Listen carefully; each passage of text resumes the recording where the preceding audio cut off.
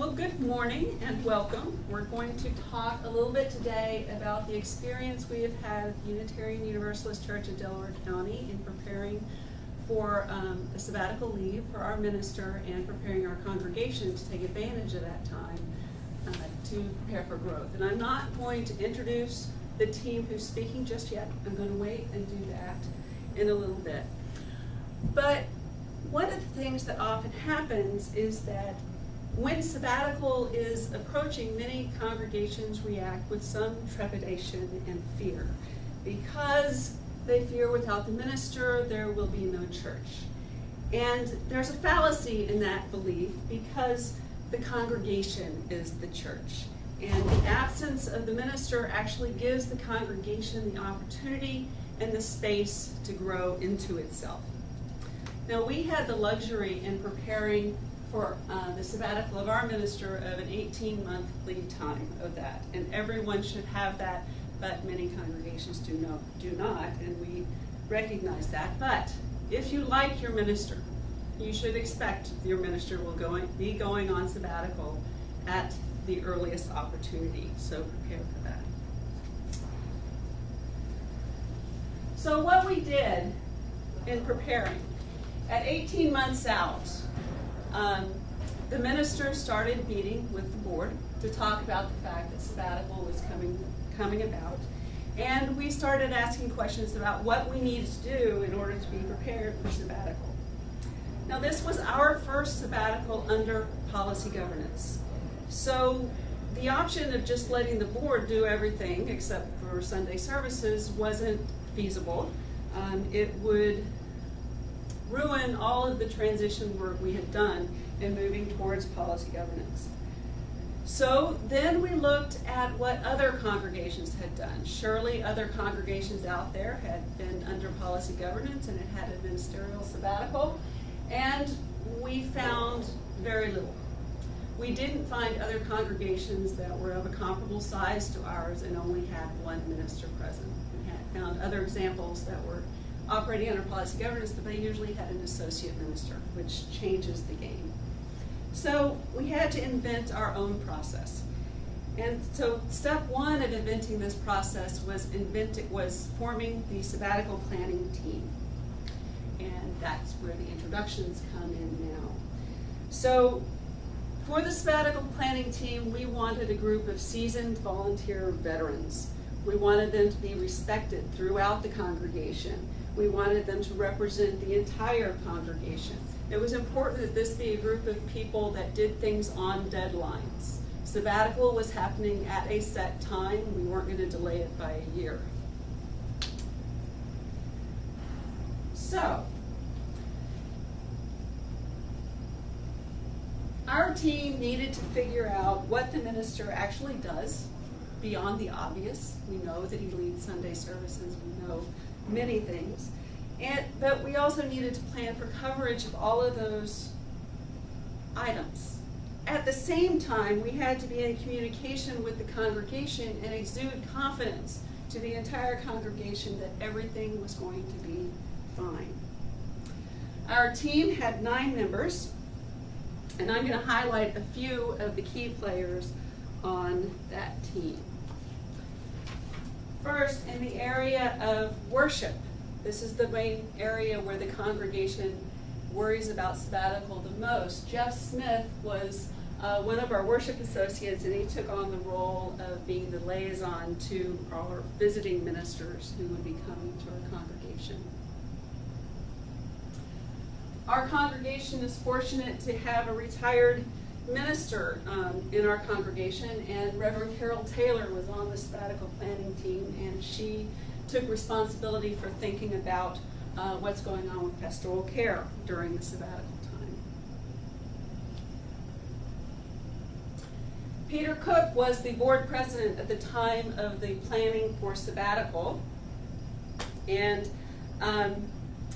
he will explain shortly how we took on taking on the executive responsibilities in the minister's absence.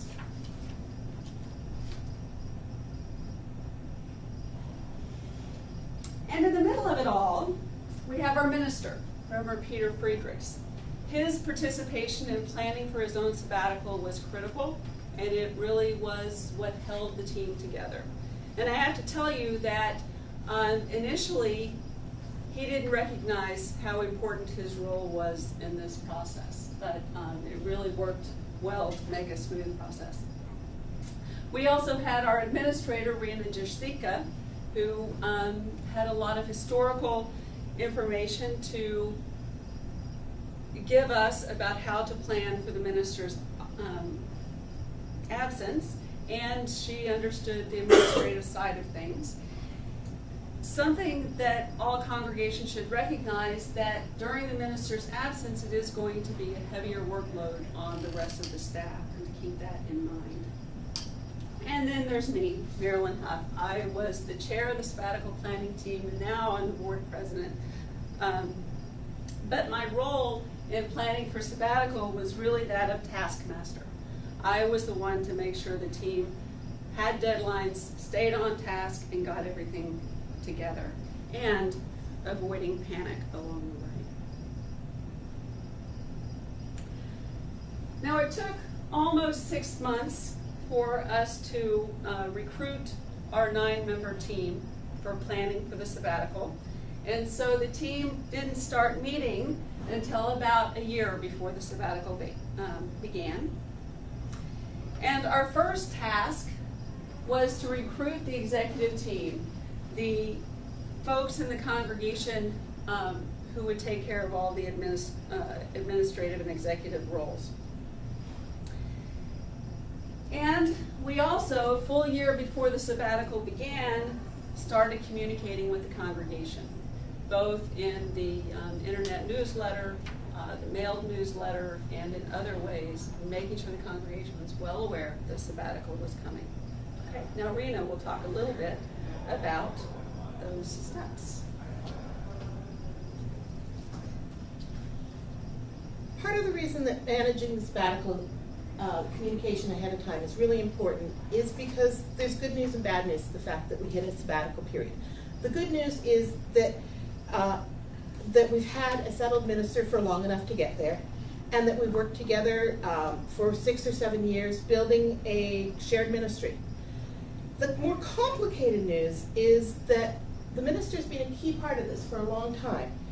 And the potential for the minister, well, not the potential, but the actuality that the minister will be gone for a period of time and gone completely out of touch can be really frightening to some of the congregation. And there's some anxiety about it. The minister's the one in the pulpit, the one at the hospital bedside. They might be wondering who will eulogize a beloved church member. And if you're in policy governance, the minister makes a whole lot of decisions along the way. And the thought of this position being void for 6 months is likely to be really striking fear into the heart of some portions of the congregation. And even if they don't admit to fear, they'll be anxious. In the course, because of that, there are some key messages that church leadership needs to get into the hearts and minds of the congregants. And the church leadership needs to do this. And if we can switch to the next slide. By being the calm and compassionate presence. Understand that the anxiety comes from a concern about what will happen to their beloved community. So, given that, I want you to understand that at the beginning, this anxiety is not best managed by getting the opinion of everyone in the church. As tempting as it is to get congregational input on every step of your planning, don't do it. That will only increase the anxiety. Get a great group of people together, as Marylin talked about, and then tell the congregation what a great and truly competent planning team you have. This is like sausage. Not everyone needs to know how to make it. They just need to know that it tastes good. Once you've got a great team and they're planning well, go ahead and tell people that. The main message that the congregation needs to hear is really important, that the minister is not the church. They're pretty important, but the church will hopefully outlast whomever your current minister is and all ministers thereafter. It'll go on for years and years. The church is the community that lies within the walls and outside its walls, and this is the strength that will carry you through the sabbatical and through the future. the church will thrive. Tell the congregation that. We're planning for this, and we'll cover everything, and we're going to plan for stuff we don't even expect to happen. And we've hit some of those.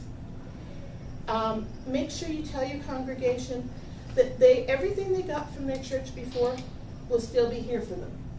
All will be well. Make sure that you know and the congregation knows that the district, the region, and the UUA have resources for you. And above all, this is the nut of the whole message. Tell them, you don't need to worry. We've got it covered. If you need to know more, here's how you can find out. And just keep reminding them, that's okay, we're in community together.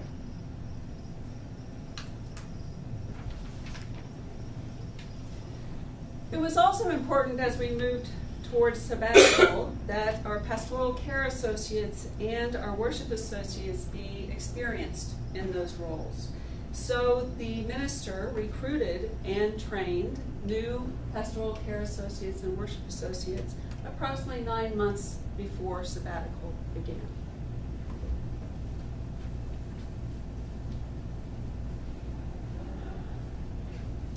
Because we all understand that a healthy faith community requires health on all levels, religious, spiritual, emotional, we did work hard to prepare for this sabbatical.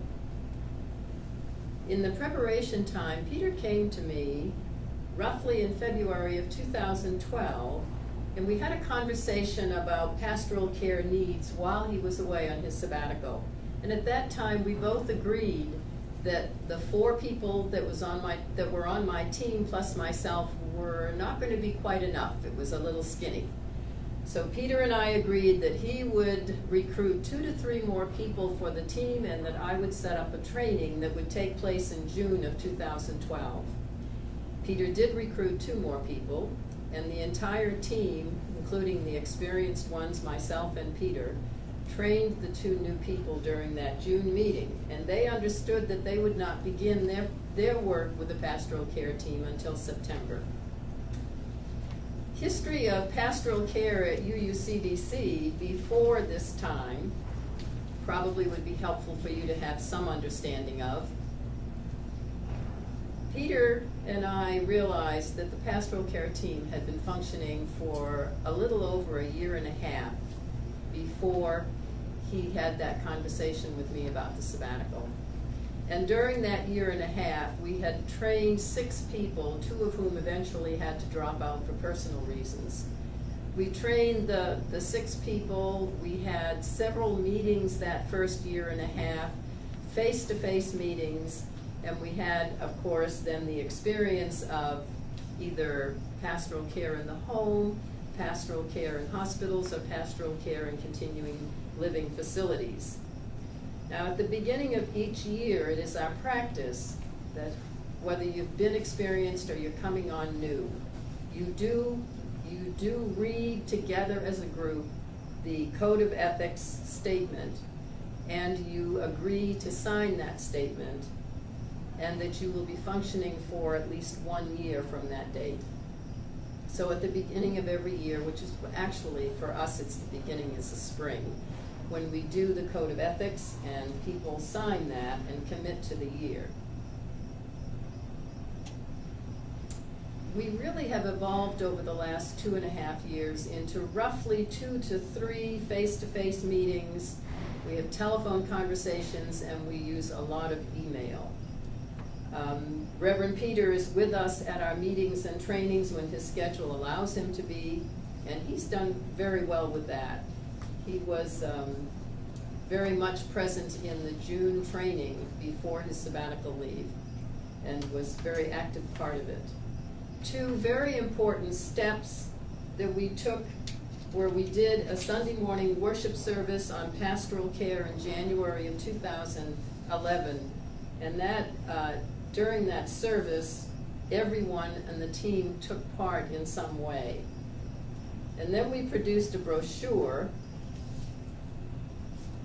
which you would get if you were in a workshop with us, that looked like this. Between the service in January and the brochure that we provided people, the visibility for the pastoral care team just increased considerably. And we are doing something just this past year and a half that's relatively new, that really is making a difference. People are beginning to realize that we're there and present for them. The initiative has been practicing an after-service pastoral care opportunity. Someone in our team is available after both of our Sunday morning services to be available to people who would like to have some time to talk privately about an issue, whatever might be going on in their lives. When we first started this, it took a long time before we got anybody coming in to talk. But it is happening, and we're delighted. The traffic increases each 6-month period. Part of what I do in this process as coordinator for this team is to pay attention to how the people on the team are doing. Do they need pastoral care? Are they being stressed? Are they being stretched too far? So part of my job is pastoral care to the team. Why am I on the planning committee? Why am I on the sabbatical planning committee anyway?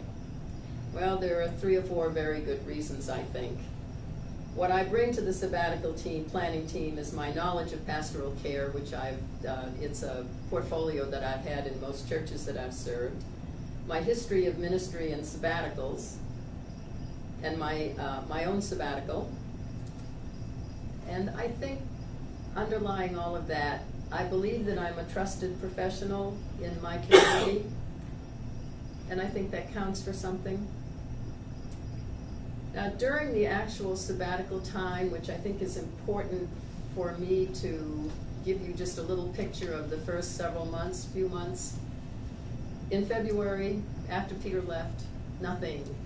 Everything was so calm. Everything was wonderful. Come March, end of the winter, lots of flu, knee surgeries, anxiety about personal lives began to creep in. Not anxiety around the church necessarily, but it's the end of winter and people are tired. So we've had pneumonia experiences, we've had people in the hospital, we've had all kinds of surgeries, hip surgery, knee surgeries. And one of the things that has been really helpful to us, although we've not had to use it yet, is that Peter arranged for some of his colleagues to be available should anything major come up, that if we were overloaded, they could take over. So far, we've not needed to call on these people, but I will say that all of the active pastoral care team members are working probably more than they did before he went on sabbatical. It's been a positive experience for me. I think it has been a very positive experience for the team, and the congregation, after this length of time, is beginning to trust us. It's been good all around. Peter. To reiterate, the congregation is the church. Leading up to this sabbatical, our church has been going through a major program of dynamic change and growth. We've had a lot of projects going on, and so we've already had a lot of momentum. And we wanted to resist the temptation to take a keep the lights on approach to the sabbatical. I would mark time until the minister comes back. Rather the opposite. We actually wanted to either initiate or even keep going some significant projects in Reverend Peter's absence. And just a few examples of these. We have this Growth Through Service program, which is all about leadership development, and that is significantly making a difference to how we identify opportunities and grow people into those support roles for the church. We also have changed our banking arrangements, which is driven by a number of reasons, financial as well as ethical. And so we've actually renegotiated our mortgage, changed our bank, and are in a much better, healthier position, both financially and justice, from a justice point of view. We started a new format for our fund drive. We change it every year, but this year we took a significantly shorter, sharper approach. And so far it looks like it worked. But that was a bit of a risk, but we took that risk and it worked. We've managed an initial capital project to finish our basement, which is going to provide us with significant meeting space primarily for our RE. That project is ahead of schedule, and we're really looking forward to having it done, so when Reverend Peter comes back, we can celebrate that with an opening ceremony and a party. But over and above that, we have this Fund for Our Future. So that's a mini capital project that's already basically financed and project managed and probably finished by early summer. But over than that, we've got a longer term exercise to define how we want to build out the infrastructure of our church, the physical infrastructure of our church, to support where the church wants to be going and what the priorities are. And that's called Fund for Our Future. That's a much more strategic capital campaign. We're in the end of the first year of that, and there are 2 more years. We're in the visioning stage, we'll finish the planning stage, and then the implementation stage in the next 2 years. And finally, there's an exercise that we've been kind of drifting along, but this year we've really got going on, which is a review of our policy governance structure. We've been running under policy governance for 4 or 5 years now, and it was time to have a look. Well, the sabbatical has given us a great opportunity to try out a few different things. Whether they exist beyond the sabbatical is to be seen, but it helps. It's an opportunity to try those things out. So to reiterate, we weren't going to just keep pace. We were actually going to keep moving forward and keep that momentum going of major initiatives that we've had for the past several years. Thank you, Peter. So at about 6 months out, we're starting the church year in which Reverend Peter was going on sabbatical, and the congregation began to take notice. And they began to start asking questions, finally. The sabbatical planning has moved beyond the 9-member team and is now filtering out into the congregation. We did 2 things. We distributed a sabbatical planning book to the leadership of the church, which is an 11-page document that lists every possible thing that we could think of that would happen during sabbatical and who it was you should call or contact if you have a question related to that. And this was the document that was for the leadership in the church, board members and lay leadership council leaders. But we also created a pamphlet, so a much smaller pamphlet that we gave to the entire congregation that had a much shorter list of issues of who to contact if you have any kinds of problems, with the knowledge that they would contact the leadership if they needed something that was not in this pamphlet.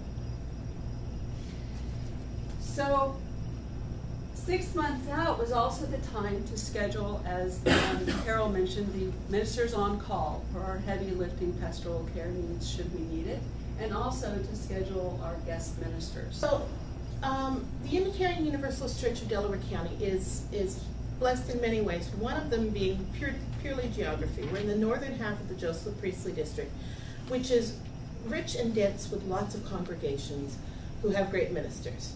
And the northern part of the district has the Unitarian Universalist Ministers Association Priestley Kingsbury chapter, for obvious reasons known as the UUMA-PK.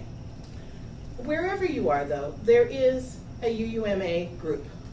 They may be much more broadly spread across geography than we are, but that's how your minister plugs in with other ministers. And that is our greatest resource in filling our pulpit for Sundays all throughout the sabbatical period. And in whatever place, ministers collaborate on that to some degree. So we were blessed to have many local ministers fill the pulpit. And for us, that dodged a couple of bullets, because the ministers here exchange during sabbatical, which means we don't have to pay them.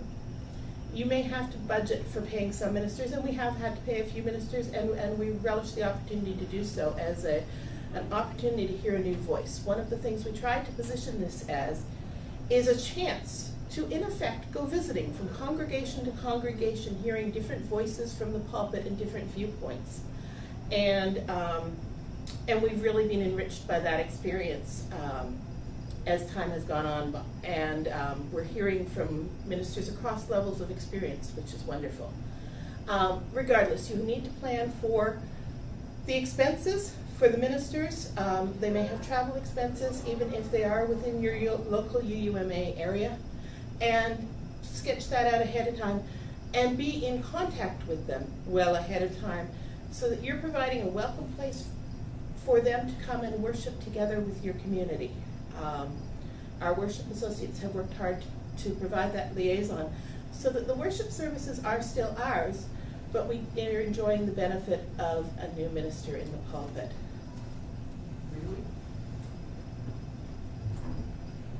So now we're getting closer. We're now 3 months out from the start of the sabbatical time, and we expected to see significant congregational anxiety at this point. So we scheduled several forums to have with the congregation to talk about issues or concerns they might have. They didn't have any concerns. They were confident that everything was covered. Our monthly communication with the congregation seems to have done its job, and the sense of calm that the leadership exuded really helped bring the congregation towards sabbatical without anxiety. At this time, we also started the process of transferring the executive responsibilities to the executive team, who would be covering for the minister in his absence. Peter. So as Marylin said, about 3 months out, the executive team had been selected probably 6 months out. There were 3 of us. And it was a good cross-section of skills and experience of the church. And about 3 months out, we started meeting with Reverend Peter, and Reverend Peter, he'd done all of his homework, and he'd got a plan of the major components of his executive job, the executive part of his job. And we broke those into 3 components, and we kind of allocated the skill sets to the ownership or primary responsibility for each one of those. So the 3 things we had were programs, and a few examples. I talked about the Growth Through Service plan. I talked about the Fund for Our Future, our big capital campaign. We were one of the first tranche of threshold congregations, so we had that program kept going. We'd started to introduce a Good Neighbours program where we got subsets of the congregation that lived in the same area meeting together. RE, UU 101, our plan to, whenever new members want to join, they go through our UU 101. And we had a few what we call sacred cows that we were actually dealing with in Peter's absence, some organizations that were talking about how do they fit with the church. So that's programs. Stewardship is all about money, fiscal responsibility, and so on. So one of our members is a ideal candidate to take those roles. So he has been working with the stewardship team on the mortgage transition I talked about, managing the financial side of the basement build-out I talked about. We've applied for Chalice Lighters grants. So all of the things that go around finance were being led by our stewardship team, but coordinated by that role on the executive team. And then the third is the administrative. And there the main area was to be coordinating personnel issues, working with staff, any life events we talked about pastoral care, but if there's an exec or an administrative component of that pastoral care, snow events and things like that, that's what that role was doing. But having said that, while we allocated those 3 things amongst the 3 of us, we were all doing all of them. Or we'd allocated was primary responsibility. And that's been reflected in, before Peter left, we would start to attend board meetings, our lay leadership meetings, just to give that idea of transition. And we have kept that going since. And what we tend to find is we go around in 3s rather than 1s. So it's actually proved to be a very effective approach. And now sabbatical is upon us. After Reverend Peter's last pre-sabbatical worship service, we had a party, or a roast, depending on your interpretation of it. Most of the congregation came to the party, so it was another opportunity to tell everyone who does what during Reverend Peter's absence, and that everything is covered. And we had a fabulous time with that. So now we are 2.5 months into the sabbatical time, and how did it go? How is it going? And so, since this was my greatest fear in approaching sabbatical, was that everybody would leave for their summer vacation the first week in February when Reverend Peter left, I was worried about Sunday attendance. So these are our statistics for Sunday attendance. What you see are Sunday attendance in the month of February and the month of March. The blue columns are Sunday attendance while Reverend Peter was present last year. Red is Sunday attendance when Reverend Peter was present but not preaching. So when we had a visiting minister present. And then in green is what happened during sabbatical, when we had a visitor in the pulpit. And what happened in February is really pretty much what I expected to see. I expected there to be a drop-off in attendance on Sunday mornings. But what happened in March makes me feel good. Because what happened in March is that the congregation, maybe they took a little bit of a break in February after Reverend Peter left for sabbatical. But in March they realized, hey, church is still going on. And these visiting ministers we have coming, they're doing a great job. And we're expanding our horizons and realize all the wonderful programs that are still going on. And our Sunday attendance has actually increased in March this year over what it was last year. We'll see if that continues in April as baseball season gets on. Another thing to think about, and what Peter referenced and what Carol referenced and what Rena referenced to a little bit, is that in the sabbatical planning process, we tried to think about every possible thing that could happen during Reverend Peter's absence. And we thought of a lot of things, but we didn't hit everything. While he was away, we refinanced our mortgage. We started a major construction project. Our church administrator was in a car accident. The fund drive happened and was successful. We had multiple right relations issues to deal with. We had incredible pastoral care needs. And we had lots of unexpected travel amongst members of the planning team also. But because of the effort we put in ahead of time, everything went or is going just fine. So yet to come, when Reverend Peter returns, we need to have a welcome home party for him. But the party's not for him. The party is for us. And to welcome him home. But the party is for us because we need to show off. We need to let Reverend Peter know what we've accomplished in our absence, and we need to appreciate all the people in our congregation who grew and learned and did so much while he's away, and to recognize all of those things. The congregation is the church, and we grew into our responsibilities.